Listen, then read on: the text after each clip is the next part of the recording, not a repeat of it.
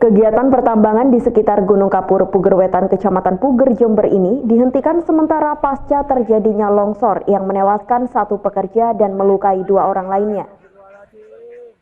Penghentian ini dilakukan sambil menunggu evaluasi dari ahli dan untuk kegiatan pertambangan di lokasi lain diadakan pemantauan dan himbauan agar para penambang lebih berhati-hati.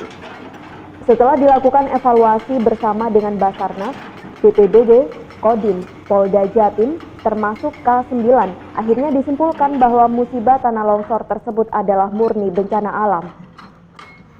Karena meski izin pertambangan diakui sudah mati sejak 24 Maret 2019 lalu, namun dalam musibah pada 25 Maret 2019 keesokan harinya, para pekerja hanya melakukan kegiatan bersih-bersih. Dari CV Kartika Chandra itu tanggal 24 Maret dan longsornya ini tanggal 25 Maret dan di mana tanggal 25 Maret itu jam 8 pagi tidak ada kegiatan pertambangan ya. Itu karyawan para pekerja 15 orang ada di situ sifatnya hanya bersih-bersih saja. Hasil pemeriksaan kita terhadap ke-14 pekerja yang berhasil kami ambil keterangan. Oleh karenanya sejauh ini kita masih lakukan evaluasi termasuk kita koordinasi dengan pihak keluarga korban. Dari Jember, DKAJ Jember 1 TV melaporkan. Penolakan terhadap suplai ikan dari luar daerah terus dilakukan oleh nelayan Puger. Mereka meminta agar kepala pelabuhan mengurangi atau memeriksa setiap ikan yang masuk dari luar daerah. Karena ikan-ikan ini dikhawatirkan mengandung pengawet formalin sehingga tidak memenuhi unsur kesehatan. Selain itu, ikan-ikan ini masuk ketika nelayan belum datang dari laut dan harga yang dijual dari pedagang cukup murah dibanding dengan harga normal. Otomatis nelayan mengalami kerugian karena harga menjadi rusak. Diperkirakan ada sekitar 10 mobil setiap harinya yang masuk ke dermaga Puger. Nelayan mengeluhkan tidak berjalannya proses pelelangan ikan di TPI Puger. Di sini meminta kepada Pak Jenol agar dagang yang membawa ikan dari luar harus diperiksa dulu karena kami tidak tahu atau pakai formalin atau tidak. Karena kalau ada formalinnya itu kan bahaya buat konsumen. Terus keputusan gimana saya kan tidak tahu. Kalau alasan pegawainya keluar kemana tadi Pak? Ada urusan penting itu. Nah, tapi lebih penting dari mana antara kepentingannya masyarakat nelayan dengan kepentingan yang lain.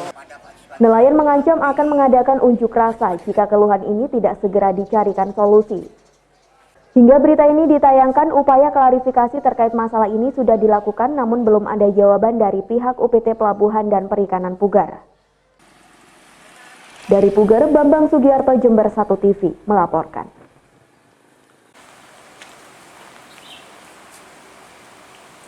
Seperti halnya di Suprayon 7 di wilayah Jember Selatan, pelaksanaan ujian nasional berbasis komputer hari ini dilaksanakan. Di setiap sekolah disediakan beberapa sesi ujian sesuai petunjuk teknis. Ada yang hanya 1 sesi dan ada yang 3 sesi sesuai dengan jumlah murid masing-masing sekolah. Seperti halnya yang terlihat di SMA Negeri 1 Kencong ini, disiapkan 3 ruang laboratorium yang mampu menampung 100 siswa-siswi. Dengan jumlah total 308, maka ada 3 sesi pelaksanaan UNBK hingga pukul 16 waktu Indonesia Barat. Ketua Suprayon 7 Anur Rafiq mengatakan ada sekitar 998 siswa dengan 8 lembaga sekolah yang melaksanakan ujian nasional berbasis komputer. Dilaporkan bahwa seluruh siswa-siswi mengikuti ujian dan tidak ada kendala dan halangan selama ujian berlangsung. Alhamdulillah, ini tadi laporan dari masing-masing sekolah penyelenggara yang ada 7 anggota kami, semuanya menyampaikan kondisinya lancar, hadir semuanya, tidak ada yang terlambat untuk hari pertama, sesi pertama maupun ini yang hari pertama, sesi yang kedua juga gitu, laporannya sama, semuanya hadir sesuai dengan harapan kita, yaitu untuk Suprayon 07 akan hadir kegiatan UNBK ini sebanyak 992 siswa. Alhamdulillah hadir semuanya. Ujian nasional berbasis komputer akan berakhir pada tanggal 8 April mendatang. Dari Jember, Yudis Adi, Jember 1 TV melaporkan. Seperti yang terlihat di SMA Negeri 3 Jember ini, siapapun tidak diperbolehkan masuk di ruang kelas meski hanya sebatas melihat di luar, bahkan untuk hal peliputan. Wartawan hanya diperbolehkan meliput melalui CCTV yang ada di ruang kepala sekolah. Kepala Sekolah SMA Negeri 3 Jember sengaja memberi kamera CCTV di setiap kelas agar pelaksanaan UNBK dapat terpantau jika melakukan kecurangan. Semisal saling bertanya, merunduk ataupun berbicara dengan sesama temannya. Sehingga dengan demikian pihak sekolah bisa memberi teguran kepada siswa lewat tim pengawas. Tak hanya itu, di SMA Negeri 3 Jember disediakan genset dengan kapasitas 65.000 kWh, sehingga jika sewaktu-waktu aliran listrik mati, genset langsung secara otomatis dioperasikan guna kelancaran UNBK. Menurut Rosyid Altaf, Kepala Sekolah SMA Negeri 3 Jember, jalannya UNBK di SMA Negeri 3 Jember berjalan dengan lancar dan tidak terjadi gangguan server ataupun listrik mati saat berjalannya UNBK. Sementara jumlah peserta UNBK di SMA Negeri 3 Jember sebanyak 312 siswa. Keseluruhan siswa mengikuti dengan normal, tidak seperti saat UASBN beberapa waktu lalu di mana ada satu siswa yang mengikuti UASBN dengan menggunakan ambulan. Pelaksanaan kegiatan ujian nasional berbasis komputer di SMA 3 Jember dan di Subra 03 ini memang berjalan lancar, jadi pantauan sampai dengan jam ini jadi 6 sekolah yang tergabung dengan Subra 03 berjalan lancar. Terus kemudian memang ada beberapa sekolah yang sudah dilengkapi dengan sarana CCTV, misalnya di SMA 3 ini. Walaupun secara kalau kita melihat juknis ya ada pengawas di dalam ruangan, dan itu terjadi. Jadi yang ada di ruangan ya ada pengawas, proktor, teknisi. Selebihnya siapapun tidak boleh masuk, termasuk teman-teman wartawan itu juga boleh masuk. Andaikan kepingin melihat ya silakan lihat dan memantau di CCTV yang sudah kita sediakan di ruangan. Dan alhamdulillah lancar untuk sesi pertama, jam pertama ini untuk mata pelajaran Bahasa Indonesia. Dari SMAN 3 Jember, Yudis Adi Jember 1 TV melaporkan.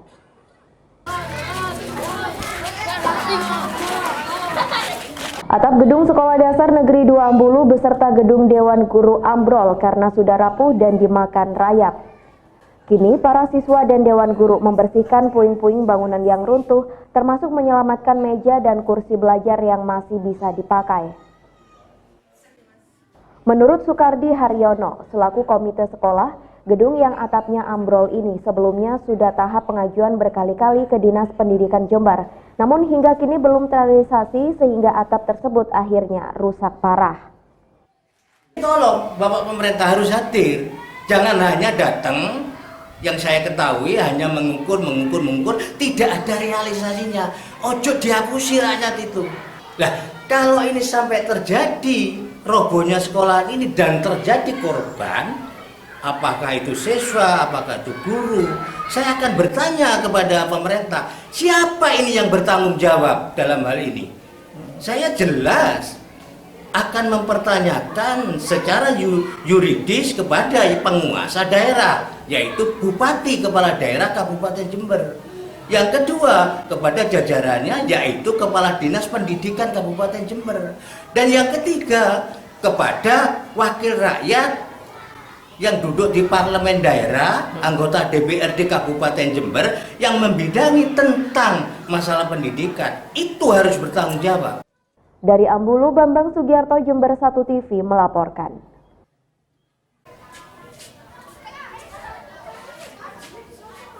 Aktivitas belajar mengajar di Sekolah Dasar Negeri 2 Ambulu, Jember menjadi tidak maksimal karena satu ruangan dipaksa untuk diisi sebanyak 2 kelas. Bahkan satu meja dan kursi yang biasanya dipakai untuk 1 atau 2 orang siswa kini terpaksa diisi dengan 3 hingga 4 siswa. Kondisi ini tentu sangat memprihatinkan, bahkan sudah tidak layak. Apalagi di ruang kelas ini masih dibagi dengan ruang UKS sehingga semakin terasa sempit. Justin, salah satu siswa kelas 5 ini merasa kurang nyaman dengan kondisi kelas tersebut. Ia berharap gedung kelas yang roboh segera diperbaiki agar bisa segera digunakan untuk tempat belajar. Dek, ini Satu bangku ditempati 4 siswa ini gimana, Bi? Sangat terganggu. Nggak nyaman itu ya? Enggak. Nggak nyaman. Biasanya satu bangku berapa orang? 1 orang biasanya. 1 orang. Kenapa kok pindah di sini, Dik? Karena kelas di sampingnya roboh. Ustaz roboh. Pada saat itu merasa takut gak, Dik? Takut sekali. Takut sekali. Jadi terpaksa belajar satu ruang ini ya, banyak ini. Iya. Dik, yang diharapkan apa, Dik? Ya semoga ruangan yang roboh segera direnovasi. Renovasi itu ya. Bisa kembali lagi di ruangan itu lagi. Iya. Siti Alfiah, selaku Kepala Sekolah Dasar Negeri 2 Ambulu Jember menjelaskan bahwa aktivitas di sekolah ini memang kurang layak sehingga butuh sesegera mungkin dilakukan realisasi pembangunan dari pemerintah. Jadi ini satu ruangan jadi 2 kelas kami jadikan 1 plus di situ ruang guru. Walaupun guru itu sudah kami persilahkan di ruang kepala sekolah, tapi kan memang sangat butuh toh. Guru itu kadang-kadang mengerjakan administrasinya, sedangkan kalau ada di kantor baru nulis ada tamu kan juga tidak enak. Jadi saya berharap ya supaya segera mendapat bantuan bangunan rehab total itu, Mas. Dari Ambulu, Bambang Sugiarto, Jember 1 TV melaporkan.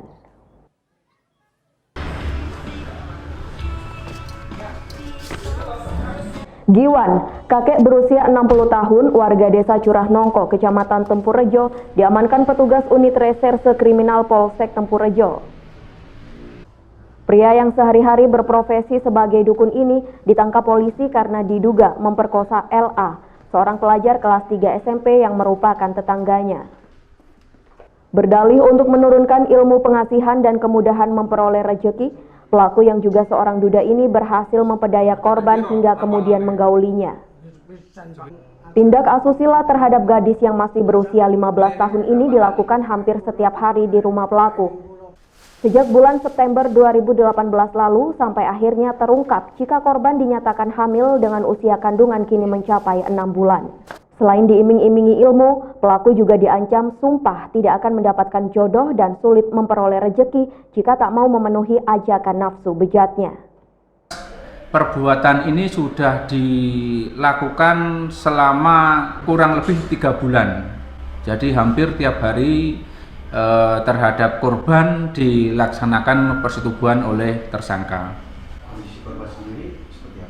Hasil pemeriksaan daripada dokter kandungan untuk korban positif hamil 6 bulan untuk saat ini.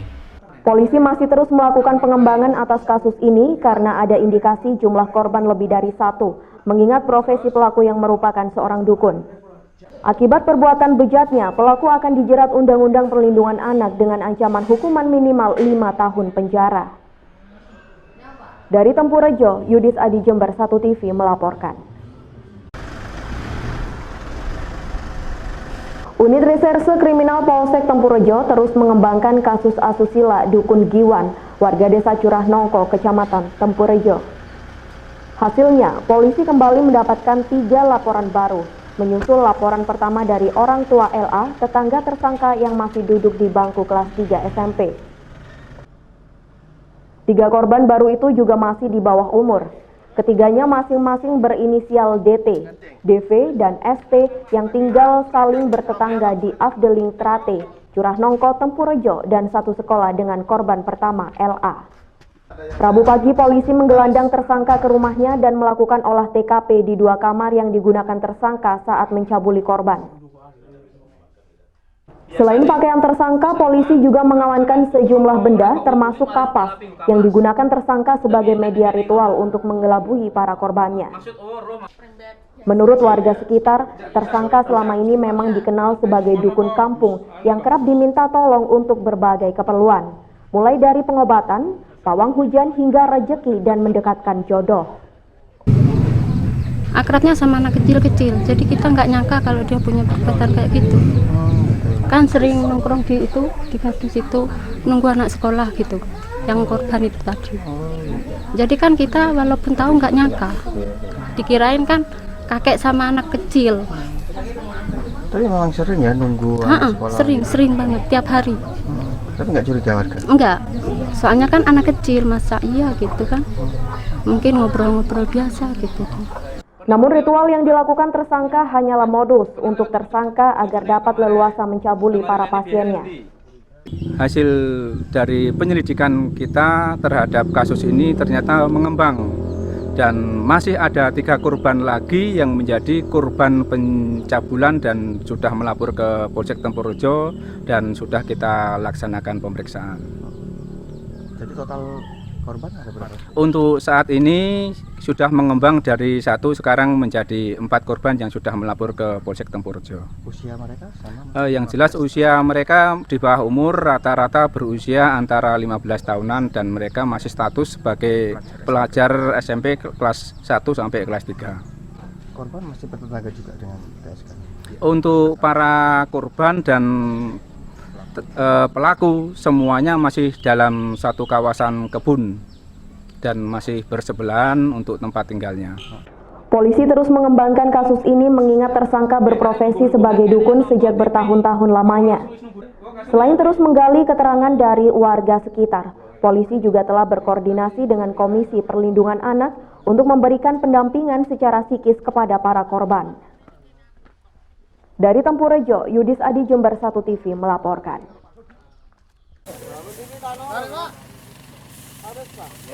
Pemerintah Desa Nogosari, Kecamatan Rambi Puji, Jember melakukan monitoring satu persatu lokasi panen raya padi di desa setempat.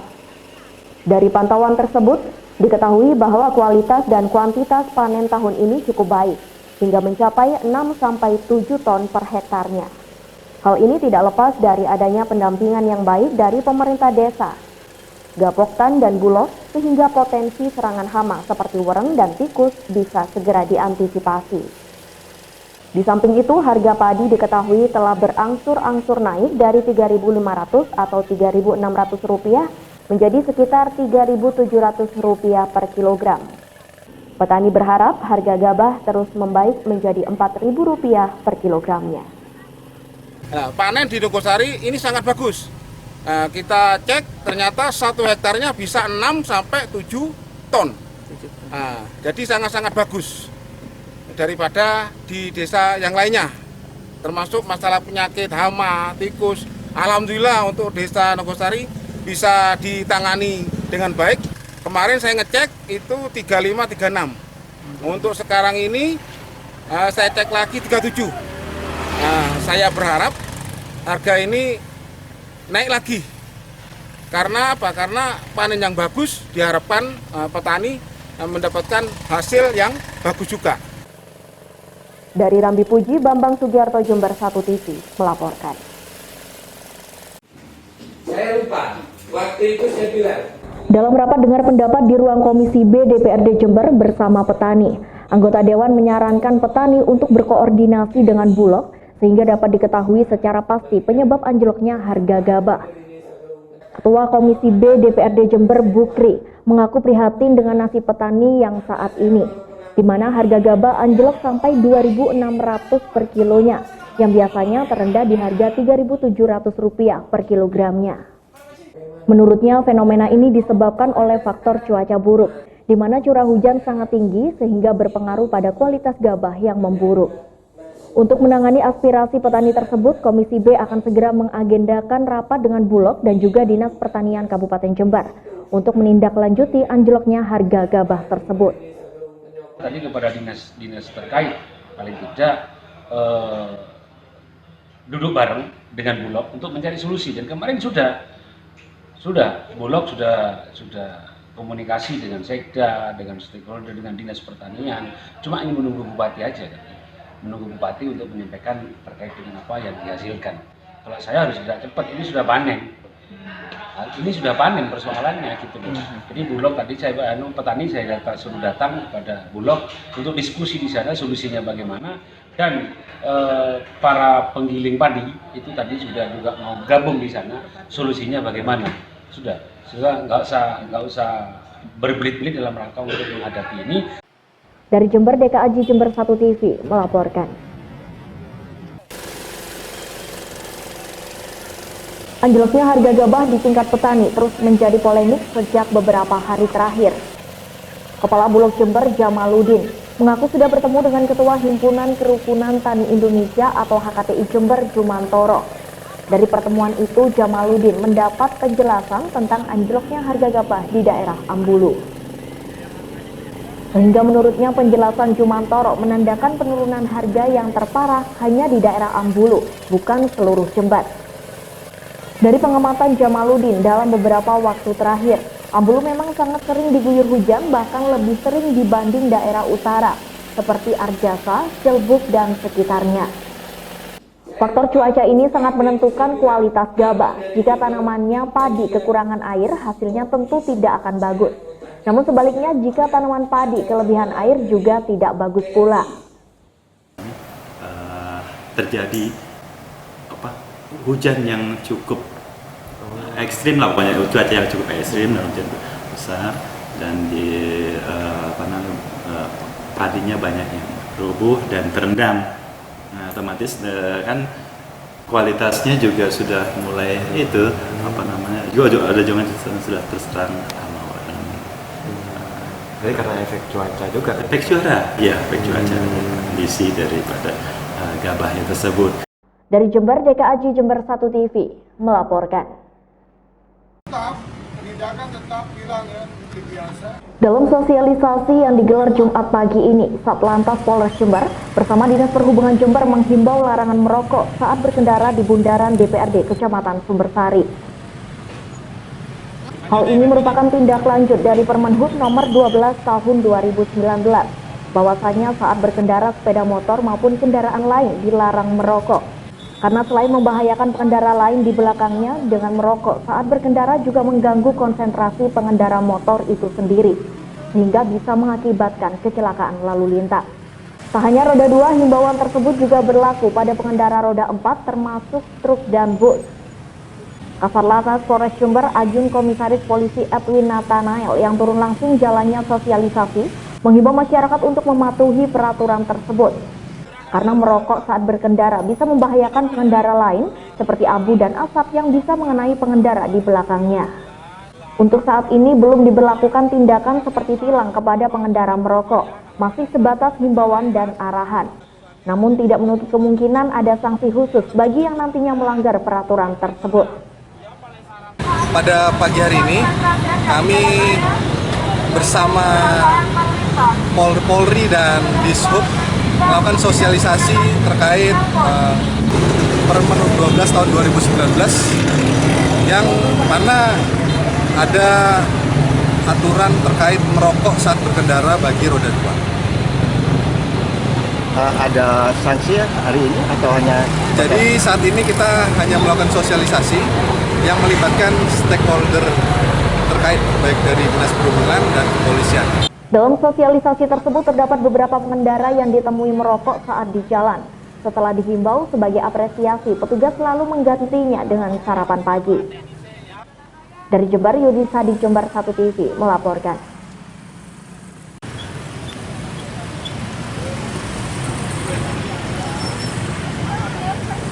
Sosialisasi dilakukan petugas di bundaran DPRD Jumat pagi bersamaan dengan giat razia kelengkapan berkendara seperti SIM dan STNK serta helm.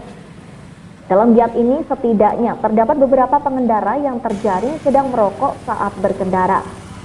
Setelah dijelaskan terkait Permenhub serta bahayanya merokok saat berkendara, warga sangat mendukung hal tersebut.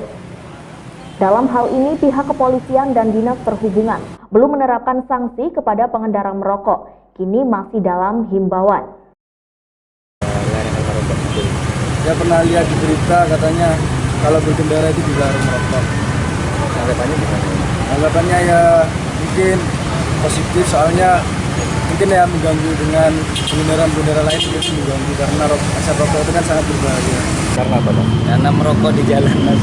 Kan saya tidak tahu istilahnya kalau ada himbauan dilarang merokok di jalan. Saya enak. Memang kebiasaan saya sih, Mas, rokok itu sambil jalan. Mas, ada sanksi nggak? Alhamdulillah tidak ada, cuma himbauan saja barusan dari pihak kepolisian. Jadi baru tahu atau gimana Mas? Baru tahu Mas, soalnya ya baru hari ini istilahnya tahu bahwa merokok itu dilarang pada saat nyetir. Sementara itu, salah satu pengendara lain, Subur, mengaku berterima kasih terkait himbauan ini. Dan kini dirinya menjadi tahu terkait peraturan berkendara tidak boleh merokok. Merokok di jalan. Ada ditilang Pak? Ada. Ada dikasih tahu aja gitu ya?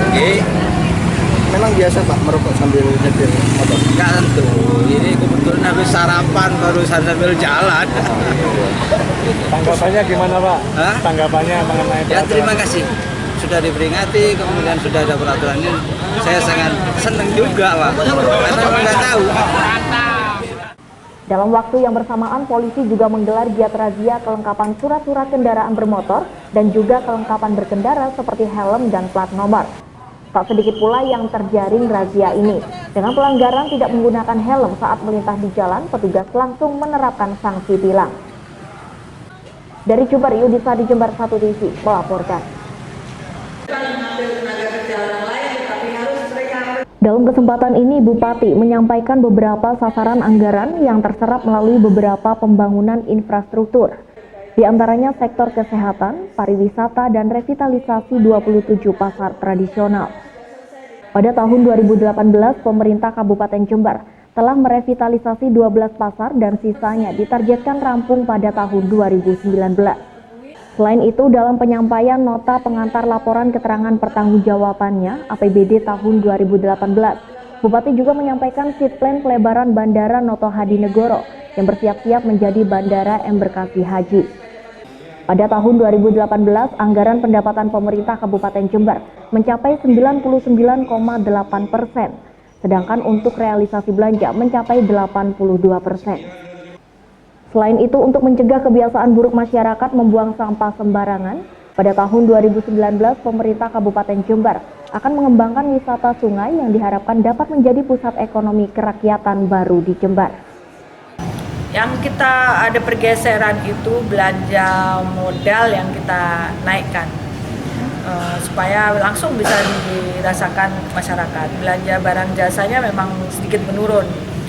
Dan belanja pegawai memang banyak penurunan. Kenapa? Karena belum ada tambahan pegawai negeri. Nanti 2019 itu akan meningkat lagi.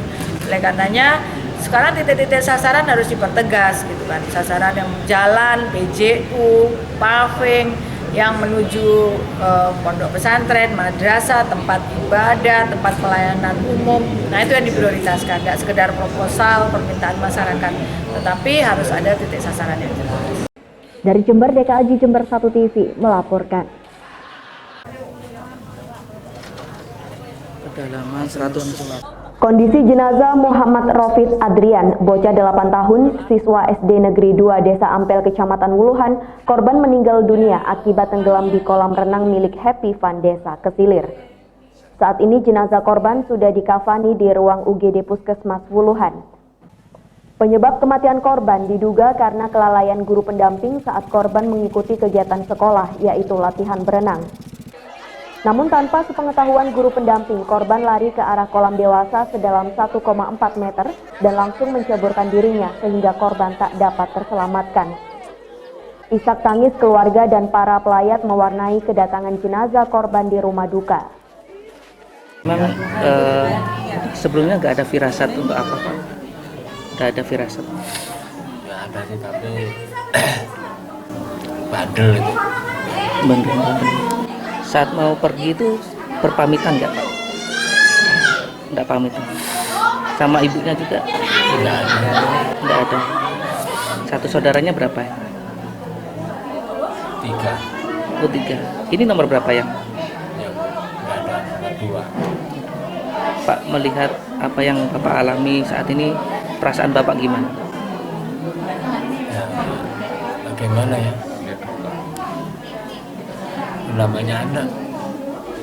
Kasus ini dalam proses penyidikan kepolisian sektor Wuluhan. Petugas langsung mendatangi lokasi kejadian dan mencari keterangan dari sejumlah saksi mata. Karena anak ini kurang cakap untuk berenang tanpa diketahui oleh pendamping, ternyata sudah diketahui oleh anak-anak atau pengunjung yang lain di sana. Sudah dalam keadaan terapung.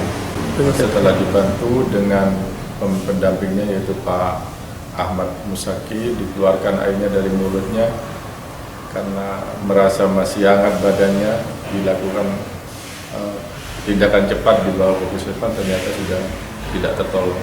Pihak Sekolah Dasar Negeri 2 Desa Ampel, Kecamatan Wuluhan belum bisa memberikan keterangan. Dari Wuluhan, Bambang Sugiarto, Jember 1 TV melaporkan.